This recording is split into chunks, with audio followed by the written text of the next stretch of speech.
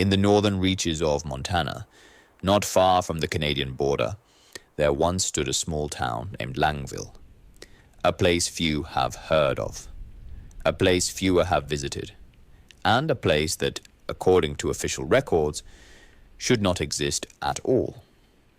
Maps erased it. Newspapers stopped mentioning it. Locals refused to talk about it. But in the early 1900s, Langville was a living, breathing community of miners, loggers, and families trying to carve out a life in the wilderness. Then one night, it vanished.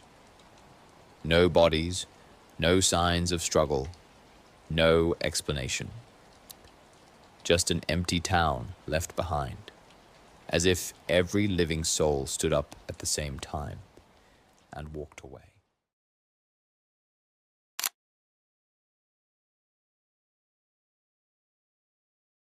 The first warnings came from the Salish people, who avoided the valley entirely. They spoke of the hollow ground, a place where voices carried unusually far and animals behaved unnaturally still. Trappers in the 1860s wrote about nights when the forest went silent, completely silent, the way it does before a predator approaches. A prospector named Henry Callahan recorded in his journal, "I camped near the creek, but something moved around my tent. No footsteps, only the sound of breathing." At the time, settlers brushed it off as superstition. But the people who lived in the valley longest knew something wasn't right. And as Langville grew, the warnings only got stronger. By 1910, something had shifted inside Langville. Residents complained about hearing echoing knocks in the woods at night. 3 knocks, always spaced evenly apart. Dogs refused to go outside after sunset. Hunters returned without game, saying the forest felt watched. Not by animals, by something else. Livestock was found gathered at the edges of fields, huddled together as if cornered by an unseen predator. Yet no tracks were ever found. No broken fences.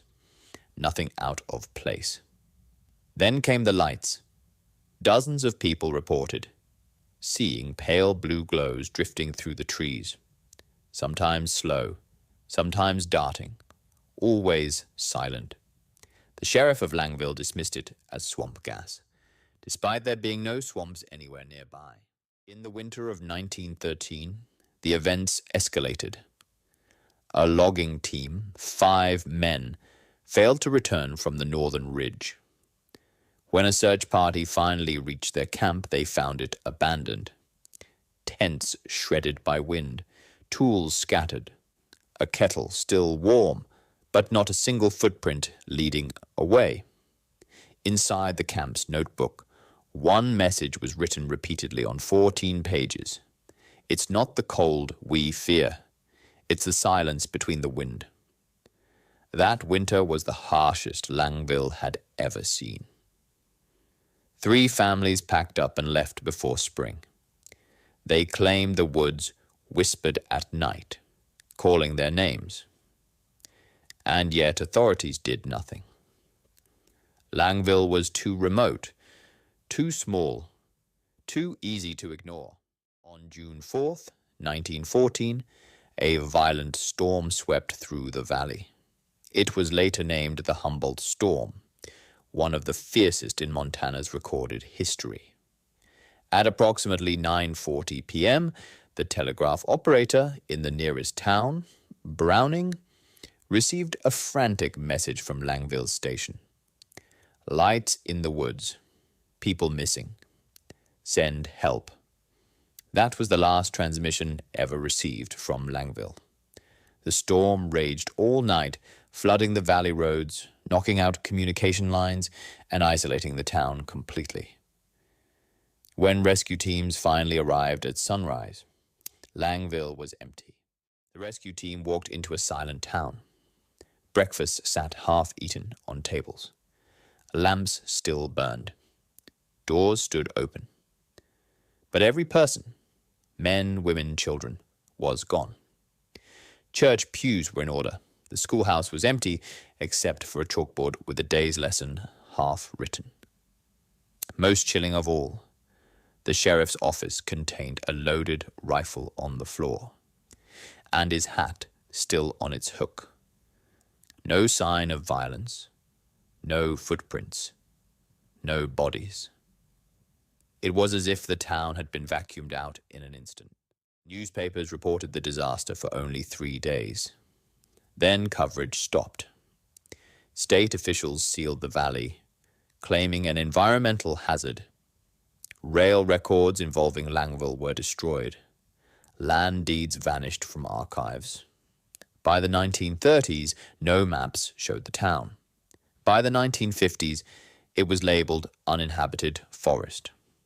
Locals whispered theories: a mass kidnapping, a gas leak, a cult migration, a government experiment, a creature in the woods. But none of these theories fit the evidence. The truth is simple. Nothing takes 220 people and leaves pancakes still warm on stoves. Today, Langville is a skeleton held together by moss and memory. Only foundations remain, stone outlines where houses once stood. The railway is rusted. The church bells are gone, yet hikers report strange sensations in the area. Sudden silence. Faint blue lights between trees. Footsteps behind them, despite walking alone. Some say they hear knocking deep in the forest. 3 knocks, evenly spaced. Whatever happened to the people of Langville is still unknown. Nature reclaimed their homes. History erased their names. But the valley remembers. And if you ever find yourself in northern Montana and the wind suddenly stops, listen carefully, because the silence between the trees is never really empty. This is Forgotten Atlas. Thank you for watching.